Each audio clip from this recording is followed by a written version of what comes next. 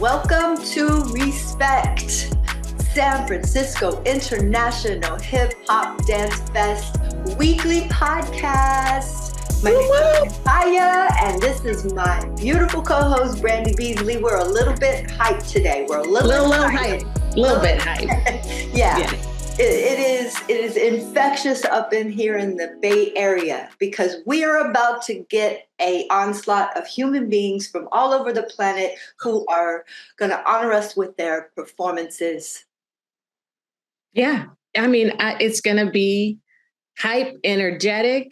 I'm going to love it. And then I'm going to need lots of rest because I'm going to have taken in all of this energy and watched all these just ridiculously talented people up on that stage that I love and respect so much. So, yeah. Yeah, you know what? It's about to go down. A lot of people are going to be flying into SFO. They're all going to be transported here to San Francisco to be near the Palace of Fine Arts, so that they can start their tech rehearsals and run-throughs to prepare for the prestigious San Francisco International Hip Hop Dance Fest, now in its 26th consecutive year in San Francisco, California. I love that we can say consecutive because pandemic years were difficult and you just had to pivot and you did it and we kept it moving. We had to. Wow. It was kind of like you have to. We had funding for it. So we had to do some kind of show, and it definitely depleted all our funds. But we're not going to talk about that. No, because right. We're still crawling out of that well. We're still doing it. No, I remember you talking about all the people flying in. Like, I remember being on the schedule of pickups, and it was like, yes, I will go pick people up and chop it up with all of these just like creative geniuses. Yeah. And I mean, I think I might have even taken people, I will go out to lunch with people. I'm like, oh, let's go to the Haight and go shopping or whatever. It's really an honor to have all of these people come to the Bay and basically join our family or reunite with us. Yeah. You're so right. You know, we're reminiscing a little bit, Brandy and I, today, because we have 26 years of this festival being formed and growing little by little. And we've seen it to where, you know, we could barely afford to buy them a piece of pizza. And getting all the homies to pick them up at the airport, you know, and even my son, bless his heart, back in the day, the van, he had that van. Sometimes, Brandy, he'd go from the hotel to the airport 4 times in one day. Like, I believe it. Picking people up, bringing them back. Right. You know, and he used to do the VIP party when we had it at a different place. And he was like, bam, bam, bam, bam, back and forth, driving the heck out of that van. And everybody loved him because he would take them like you. You want to go get something to eat. You want to see some sights, you know. I love that part of the festival, even though I can't do that as much. But you know what? One day I'm still thinking, you know, we could have some kind of just like our own private driver. And, you know, every time a dance company, let me go. Every time the dance companies get picked up, they go on, you know, like a sightseeing tour. They get taken out to lunch. They get a little gift bag when they arrive. They stay at the nicest hotel, you know. I mean, come on, they're superstars. They are. Yeah, let's just put that out there. No doubt. Yeah. Yes. We got some superstars with us today. We do. And anybody who's listening that wants to donate, go to sfhiphopdancefest.com and give us your corporate dollars. Right. So we can get those gift baskets and, you know.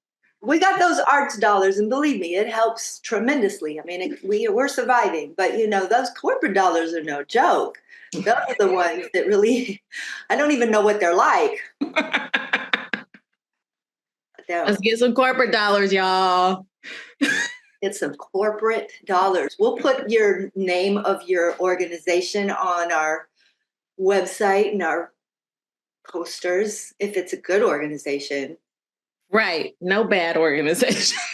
No, if you do bad stuff in the world, we're not going to get behind it. We'll just stay here struggling, I guess. That's a whole deep conversation. Let's let that go.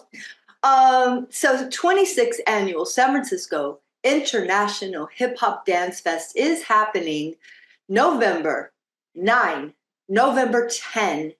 Go to sfhiphopdancefest.com to see if there are tickets left. Let's hope there are. I'm sure there'll be a 1 or 2 or 3 left for you by now. And we're talking about 10 dance companies that you'll see in each show.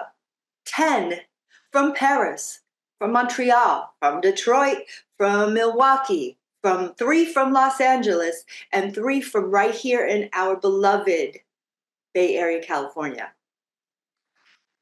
Wow. Get them tickets. Oh, they might not be there. So you better go. Like maybe even while you're like listening or watching, opening up. Oh yeah. I was like, pause.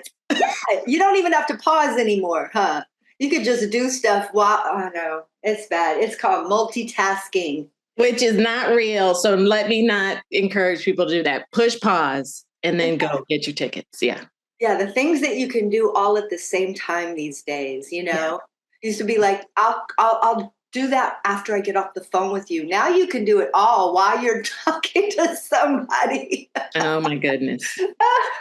Okay. I'm extra bubbly. I'm extra bubbly because we have superhumans in our podcast. We're interviewing people who obviously you can see my aura right now. It's just shining even more than regular.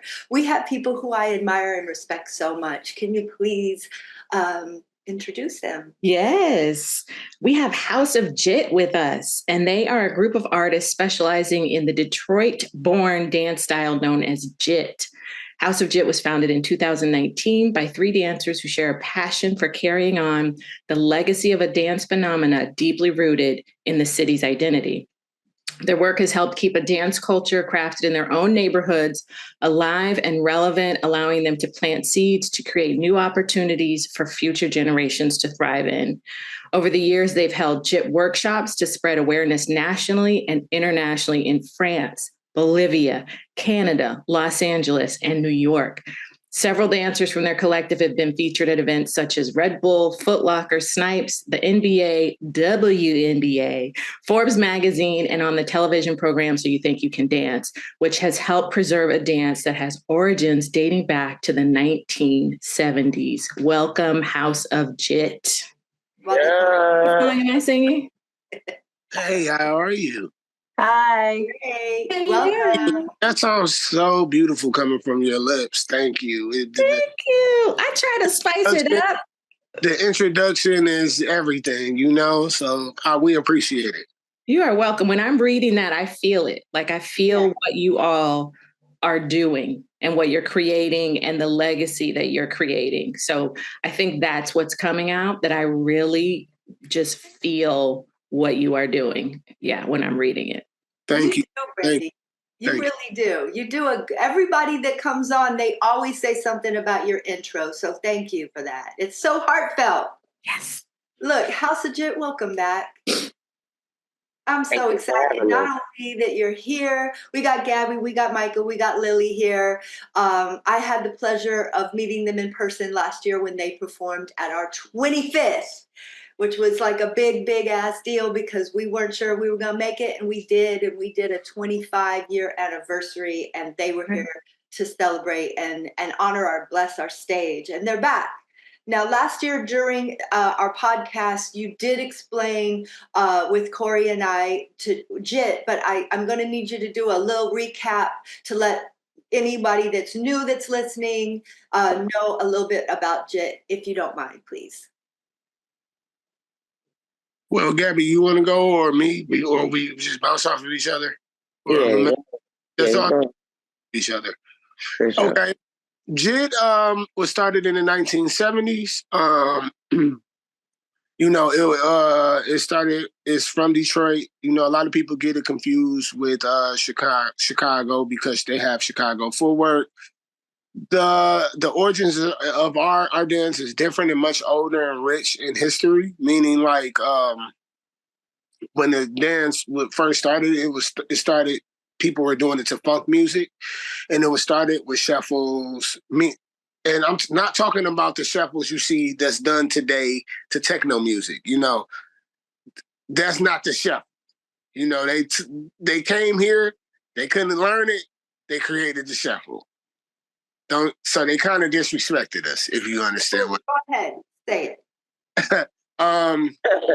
Well, when the style evolved in the 80s, around the birth of techno, the movement changed, the moves elevated, the speed and the texture changed, and after that,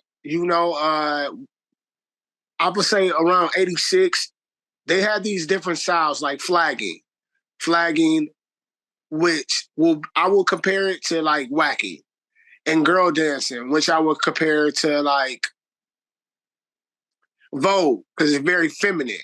It's very masculine and feminine. And then you have your breakdowns, and what ended up happening between the end of the 80s and 90s, they mixed it. They mixed the style.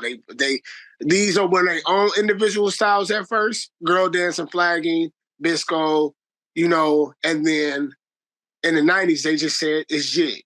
So jit is not just a footwork, it's a full body dance style. You can't just take classes for 4 years and start teaching. You have to learn the culture, because I'm still learning. So yeah. So that makes me wonder, like, say somebody came to Detroit and learned, like you said, for 4 years, and then went off back to where they are and started teaching. Would that be considered disrespectful?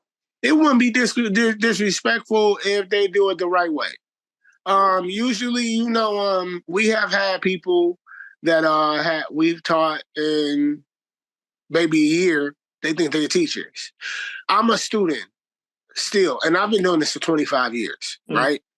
And when my friends, Gabby and James, had me teach them, they forced me to teach them. I didn't know I was going to be I didn't say, hey, I'm going to teach y'all. They were my friends. They say, hey, we about to practice. I don't know. Hey, I'm going with you. I'm rolling with you. So by then, when I started teaching them, when I started actually training them, I was like 18, 19. I was 10 years in. Gabby, what did you do? Like, how did that come along, Gabby? Like, what made you decide to ask him to do that? I just thought he was sweet, and then we didn't leave his house. So if I'm over your house every day, you gotta teach me. Right. You're just hanging tight. Yeah, no, I mean, that's why the base of this is really like about family, because back then, we didn't go to class. Like, me, Mike, and James, we all grew up together. We all went to school together. So even when I first started dancing with him,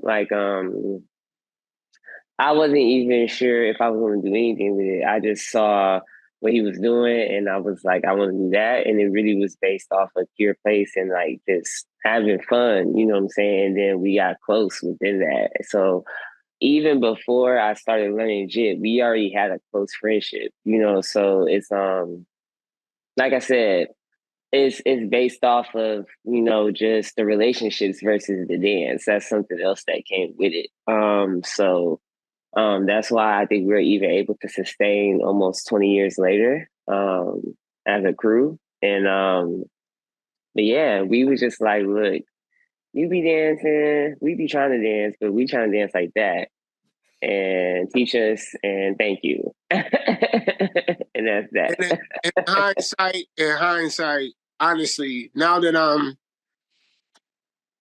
36, I thought, this was something that of course, I have been dancing since I was a child, and I was known for it before them, right? But then I came and realized if they didn't come about how they did, I may not have even been dancing. I may have stopped. Wow. Because it was times in my life. Yeah. It was times in my life where I got big, heavy. You know, you go through depression. So I would say this: students are also the motivation. Once they bring their energy, it's new energy, and they transfer, and they keep going, and keep going, and keep going. And now they have to help those. They have to be unselfish and help those after them. You know, so I can honestly say it just hasn't been about me. It's been about we. Yes. Oh, the feels are coming. I mean, this is such a common thread, right? Through the podcast and our guests, community, and how it's the people who are coming together and creating this community. So I'm getting vibes very much of like turf, right? And when we talk to the people here in the Bay Area who talk about that style and funk music, and these are the people you're with already. And so this is something you start doing, and it is just so deeply a culture.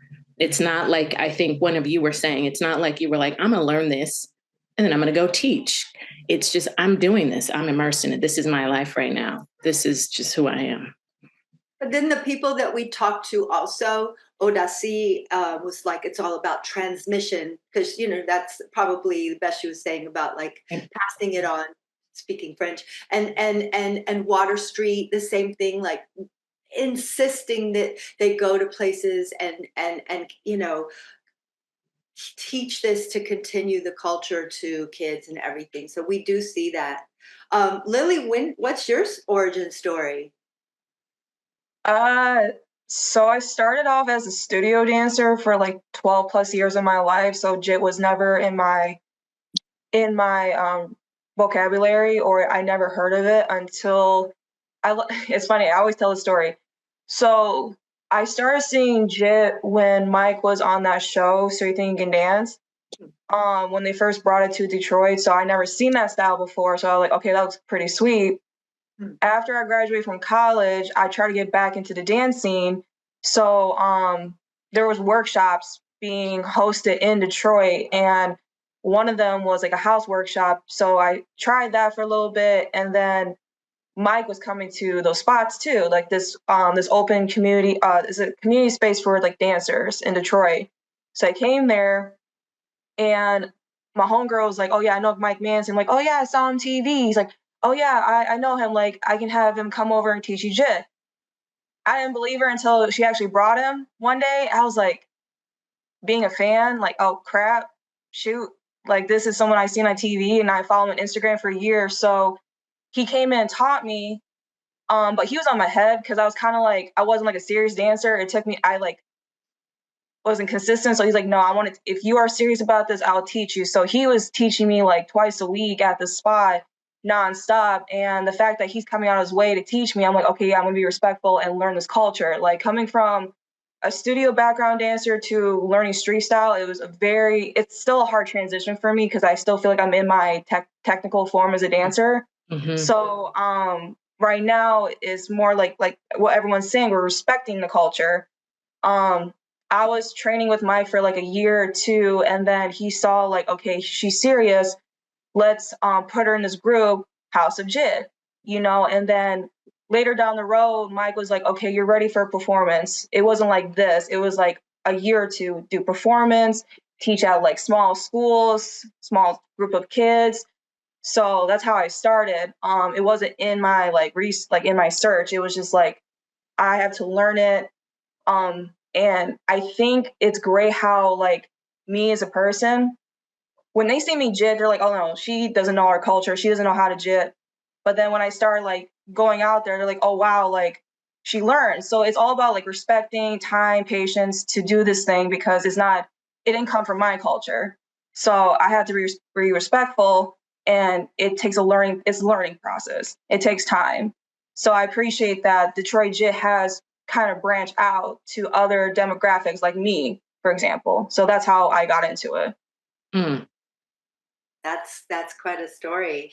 So I want to know more as far as like this evolution of JIT, because it sounds like from just what you were saying, Michael, is that it kind of had, this one vibe. And then as it started to, the years went on and took on different layers. Am I off or am I a little No, bit? you're right. You're right. You're absolutely right. Well, So the that's evolution. interesting. So like, talk about evolution of a culture or dance form, or because that's a touchy subject with some dancers. Well, just like anything in life, when something new comes, something has to die. Okay. And the old way wasn't very welcoming and wasn't very open. And remind you, Gabby and I are from Inkster, Michigan, which is the home of the Funketeers. The Funketeers is a big group that's from Detroit. It's a dance that inspired Detroit. Like if you go look up the scene, our version of Soul Train was the scene, and we had all the artists come out. This was around Motown era, and so we're from the home of that. So throughout time, of course, it was a street dance. And we're not talking about, usually, and that's no shade to like B-boys or whatever. It's like you will see different kinds of people there in the cipher. It was straight blackness. If you go to a JIT event, it's straight blackness, it's straight, you can tell they're not dancers, they're jitters. Mm-hmm. It's a difference. They're not dancers, they're jitters. So they don't care about anything outside of JIT. That was why the culture wasn't moving forward. You can't go everywhere. You can go places as yourself, but you have to accept other cultures and be informed that other styles existed as well and be able to link them together. When I went to New York, for the first time, I knew nothing about house dance. Nothing. I went in there respectful. And then now I teach at 36 Chambers. These are people that I work with. I met them when I was like 20, right? So the dance was very closed in and they were very judgmental. And when we started coming up, we were their favorites at first, but then when we didn't pick a side, like almost like territory, gang, like they wanted to destroy us. So we were fighting. We have been fighting to stay in this game for a long time. But you know what they say about that? They can't beat me. And it don't have nothing to do with a battle. The dancer that dances the longest and be able to live out their dream wins. And this is exactly what we did. We sustained this culture for over 20 years. And that evolution, so throughout time, of course, Lily is not going to have it like us or understand the bounce. I'm much older than Lily. People be like, oh, I'm almost 10 years older than her. People like, oh, that's not that much. Yes, that is. It's a totally different situation. 4 years. Even if when y'all from the West Coast, when people lock, it don't look like camel lockers. They still not popping like popping Pete. But you have to accept that they're young and that they have a different bounce, and you teach them what you know because of you don't these movements are our movements. They were here so much. We can't say, oh, we made this and we were creator. What? No. Yeah. No. So that's how we continue. We created our own covenant. We protected our peace. Yes, we fell out and we got into it. But Gabby James and these individuals that's around are the people that I've been through things with, and we stayed together. And that made the style grow. You don't trust somebody you can't go through something with. It's a good one. Yeah. I look at you giving us some wisdom today. Right? Yes. It's like with what we say with the Dance Fest is that we honor the legacy and encourage the evolution, so that one Absolutely. is not excluding of the other. That that without the honoring of the legacy and just doing your own thing is disrespectful. But to just stay there is also stagnant, and everything has to flow. Water has to flow, air has to circulate, and that's art and life in general. So the dance itself has JIT has continued, and the culture has continued even up to this day. Do you say? Oh yeah. When the beauty about it all, and I'm gonna let Gabby piggyback off of this one because it was an era in 2012, 11, 12, that it was just us. Oh, wow. And no one wants to actually say it was us, this guy named Jit and Jesus, Brandon Hobbs, which is my teacher. It was a few cute crews, but it was just us. We was dancing in the NBA. This is before I moved to Phoenix. It was dancing for Phoenix Mercury. This was all before. So it was just us. And then all of a sudden, we made the community start back doing it.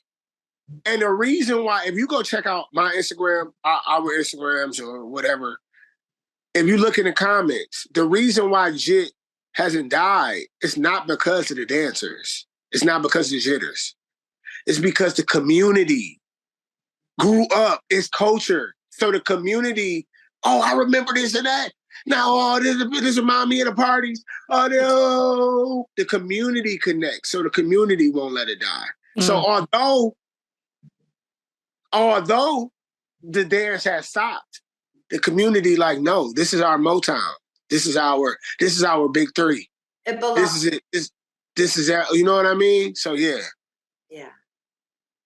And when we say big three, I'm talking about the automotive industry. The things that the big three, the automotive, these are the things that, has been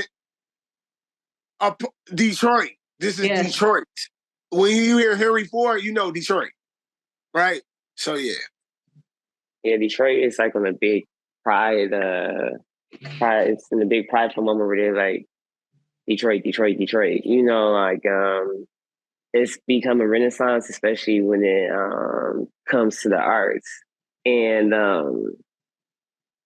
it's true, like at that time, like around that time, like 2011, 2012, even a little bit past that, like we were the only people that really were being active. Like the culture that we had was in his living room, because there was people that might go to like an old school Sunday or they might go to like a party and like get down for that particular night, but it wasn't active to the point that it was sustaining the culture. That we were like some of the only people that were actively doing it to the point where we're like, no, this is the dance form that we're trying to keep alive and not just something also like we were adamant about making it a dance style that falls under this is the street dance umbrella. Like this is connected to popping, locking, everything like that, as opposed to like a city trend dance. Because I don't even think that Detroit processed like that. This is like a real dance form that has an extensive vocabulary. That we can go to different places and share this with others. But I think now with like the renaissance of everything, because music, dance, art, is really big right now, and people have like come back around to realize that JIT is a part of Detroit's identity. So they're starting to take pride in like that. This dance comes from us, So As they now, should. so now everybody like we need JIT. Like we have an event. Can we get some jitters? We have it, whatever. Can we get some jitters? So, but we had to sustain through that. We had to basically see the light at the end of the tunnel because it wasn't like that 10, 15 years ago. We're just grateful that we were able to, stick to the path and get here now. And honestly, I tell people this all the time. Like, if our particular group of people didn't believe in what we were doing and didn't care about the dance and care about preserving the dance, it would not be where it's at today. Like you might have some people doing it, but it would have died out. Like, It, like, it, like, like, hey, I'm not. Let me piggyback off. Like Flash has said, and this is why we get mad at our the younger generation. Our intentions is different because the ones that are in their 20s, they are dead. Our students are dancing, and they're able to get money. Mm-hmm. They're getting money. They're getting paid. They're uh, getting paid a year and a half after a style that you have to master is a blessing, right? Yes. We were fighting to keep it alive. Us, we were fighting so it wouldn't die. That's totally different. That means that we was practicing when it was no showcases, it was no money, it was nothing. We were doing this because we loved it and we loved each other. And we were the only people that could deal with one another. You know what I mean? At that point in time. The interesting thing about our dancers and all of us, we think that we found shit.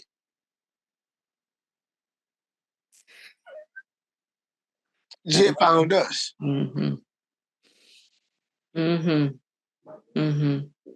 And for whatever reason, the spirit of it, when we can try to walk away from it, if we try to walk away from it right now, it will hunt us.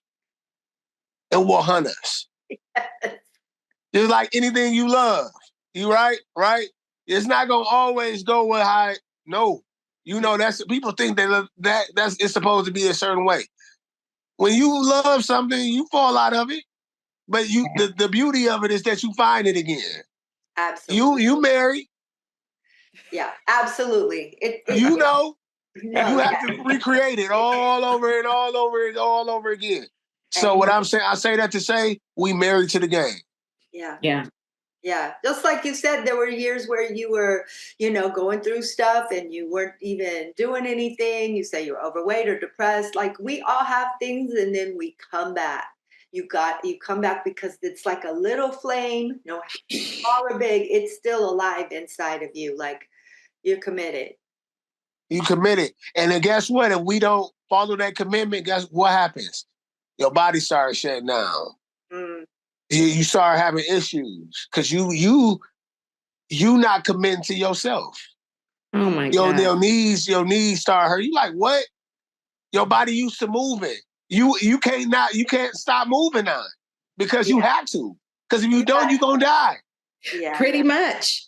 I mean, like you have, I don't know. You're a dancer in your bone, soul, spirit, whatever. I tell people when they're like, "Oh, are you still dancing?" I'm like, "Yeah, I dance in the kitchen every day." I mean, like, I can't not do it. I may not be performing, but if I just was like, "Oh yeah, I'm never gonna dance again," yeah, no, that's not gonna work. And you know what's the beauty of this movement? Just before our movement in general, the dances that's been here before us, right? Is that it's gonna be a part of them people that was before us and us for many years to come. So when I'm gone, when I'm long gone, I'm still gonna be here. Yes, absolutely. Absolutely. There's no question about that. And not just in Detroit, Right. it'll be all over because it's transcended now what you all Yes. are doing and how much you fought for this. Absolutely. Thank you. I want to ask Lily what, because I am curious. You said, you were a studio dancer and then you made, this transition that took a lot. What was some of the hardest parts of or the differences of coming in and learning placement or counts or, the things that you were learning to going and being in the moment and learning this whole new culture? Definitely the counts, because as a technical dancer, you're used to like the A counts. It's never like listen to the beat, listen to the rhythm. It's more like 1, 2, 3, 4, 5, 6, 7, 8. That's all you have to do. So when Mike was teaching me how to jit, my hardest challenge was freestyling because I was scared. I used to make like excuses or lies, like, oh, I can't do this or this is coming up, whatever. So that was the most challenging part. I'm still having, stage fright when it comes to freestyling because I'm overthinking things. But what my Gabby, James, they all taught me like is just like don't think about it, follow the beat, follow the music, let it move you, that type of stuff. Like you said, like Mike said, there was a bounce. I'm still learning that bounce. Like I feel like I'm still stiff as a technical ballet dancer. So it's the counts, yes, it's the basics. It's more like how can I transition from something I'm so like structured to something that's more like more has more energy, has more vibe, has more flow. The flow is a better term, you know. So I'm still trying to figure out myself as a technical dancer to a street style dancer. So it's still challenging, you know. I've only been doing this for 6 years now. I still need to find more of myself, basically. I still feel like I still have like those technical forms I've been doing for 10 plus years, you know. But the more I keep being around my team, it's something where I can get more practice in, but it's actually more important to do by yourself. And that's something like everyone's been telling me. You will find yourself when you're by yourself in the living room or anywhere to practice, to listen. You know, it's all about listening to the music, practice listening to the beats every day while you're driving to work, when you're going to bed, while you're in the shower, that type of thing. So I'm still struggling to be consistent with that. I will admit that. But it starts off being by yourself. Like Mike and Gabby can show me a bunch of things at practice, but I need to take that and do that in my own space. You know, so it's still challenging, but at the same time, it's pushing me more, you know, and it's great. Like now other people are doing it who never done the style before. Like as a witness to seeing you freestyle, honey, you're outstanding. So, you know, obviously we're all wanting to grow, but I love y'all's humility. It's really, really precious. So, Gabby, do you all not count when you?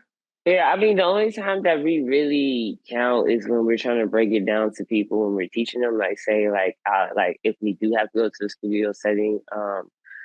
But I would say this, I mean, we count, but not like that. Like we really go off of rhythm and patterns, but we know the music is going to switch up every so amount of counts. You know what I'm saying? So I like every 4 8 counts, they're gonna the song is gonna add or take them away, you know. So there's patterns that we pay attention to that we just know. And then there's certain basics that we have that will only fit to certain sounds, you know. So there is, you know, certain times where the beat is like a 1 and a 2, or 1, 2, and 3, or 1, 2, 3, and 4. So what can I do that's 2 counts? What can I do that's 3 counts? What can I do that's 4 counts? So it's just kind of like we're not necessarily counting, but we also understand it in a certain way that we know how to break down the music and what makes sense and what goes with what. But that comes with time.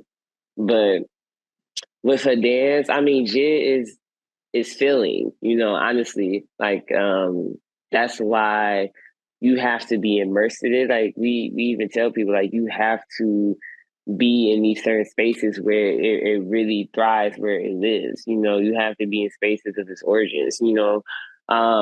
We're not saying that you need to be at the club every day, but at some point you have to be in that space to get the raw feeling of it. At some point you have to be in the basement sessions, and sometimes you have to be in these certain spaces where it came from, because that's why going to just a studio, you're never going to get 100% of what it is. You know, they're like, it's like we talk about all the time, like we've been doing this a long time, but there's still something that we don't have that the era before us had, you know, because it's a generational thing. Just like there's something that this generation has that we don't have, and they don't have something that we have, you know. So there's always going to be little pieces.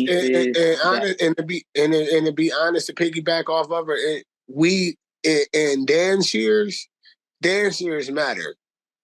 So people will think age matter, but dance years matter because Gabby, how long you been doing it? It's now 16 years. We from different eras. Yeah.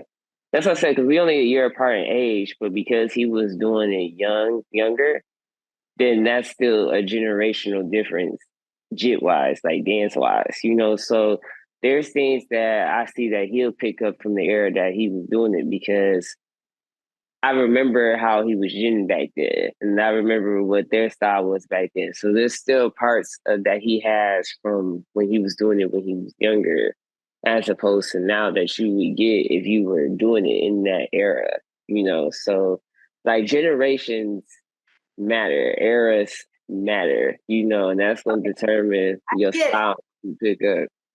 I see what all you're saying, but I want to just be taken to when you're all together and you want to create something together. Okay, let's just let me be a fly on the wall.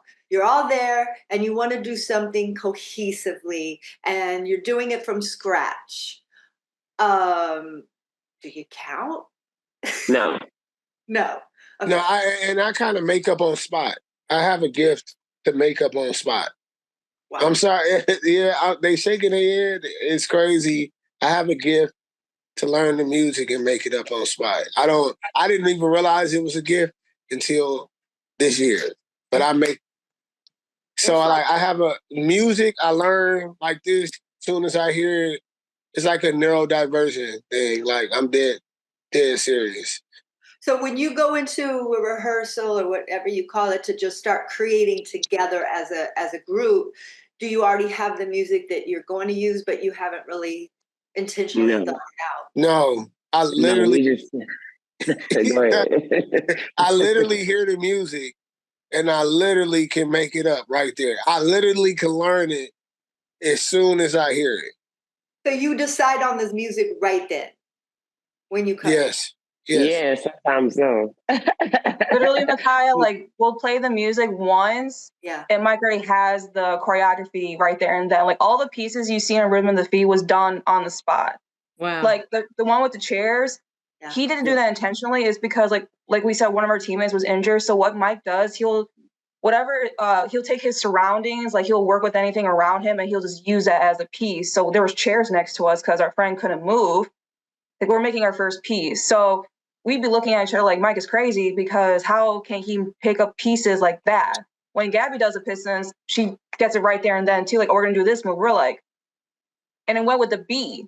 But like Gabby that. is a little bit more structured. But Gabby can structure things. I like the way I admire that about Gabby. She's structured. Like she can structure transition so when we will work, they had that. Gabby will tell you she ain't said nothing, but they taught me how to count. Yeah. I knew nothing about counting. I knew nothing about counting. Real. That's real. Yeah, that's real. They used to be like, and then when they used to be just staring at me, like when I create, and they like, what? And then I used to get mad at Gabby, like, you don't know how to do this move. And she'd be like, Mike, I just learned the move. Today. I'm talking about I'm going off on her. And she like, I don't know, you know, so I had to learn from my students. That's what I'm saying. Okay, so you're in this rehearsal, you're in the space, you heard the music once, you already got everything, and then you start going do da da da da do do da da something like that. Okay. And then they go, that's 1 and a 2 and a 3 and a 4 and we just pick it up. I think that's because we don't count it because also we've been trained like that. So like say if Mike calls us legit and that's how he created, and we're used to doing that, you know, because we did used to have to tell him when it was times that we did have to count it down. We did used to be like, hey, we'll have to count it for him because he would just go off of rhythms, you know. But yeah, even when we practice, we don't never say 1 and a 2 and a 3 and a 4, 5, 6, 7, 8. Like it's rare that we start throwing numbers in there, start throwing counts in there. And you know what I do realize, Gabby them, how Gabby and James used to deal with me at the Pistons. I will create and they would just be like, and I look at them and they'll just tell me to keep going. And I wouldn't be knowing what's going on. It was body language. They look me in my eyes. And I kind of just knew. Gabby is more organized. Gabby has to be, well, this way, that way. And she she makes me organize it. Like, so she'll be like, hey, because I keep going. Yeah. And sometimes they have, hey. That's enough. Y'all have a good partnership, like it really works together. Brandy, you know what I would love is to like look at their brains, because we're talking about the way I bet that synapses are working in different ways than most humans, because we're talking about like the way that they see things and hear things. And it's just a whole spatial musicality, surrender, but really knowing the next, like almost like a map in their brain. I knew that's where you were going. Yeah, I was like, she is trying to map your brain with these questions, because I mean, really, it's like, what are you doing? What's going on in your head? Are you seeing colors? Are you seeing images? Are you, yes. I mean, we need to have somebody do a study. I can let y'all know something a little bit more personal. When I was growing up, I used to take medicine. Mm-hmm. And they said I had epilepsy, but I necessarily didn't have epilepsy. They just didn't understand my brain waves. So I was taking these pills all the time. Wow. And I had got fat. My heart was hurting. I was young. And some told me, like, within myself, it was like, stop taking the medicine. Yeah. And once I stopped taking the medicine, I started getting back to normal. But they said my brain waves are like this. Yeah. And normal people, more normal folk, is like this. You're normal. I mean, you're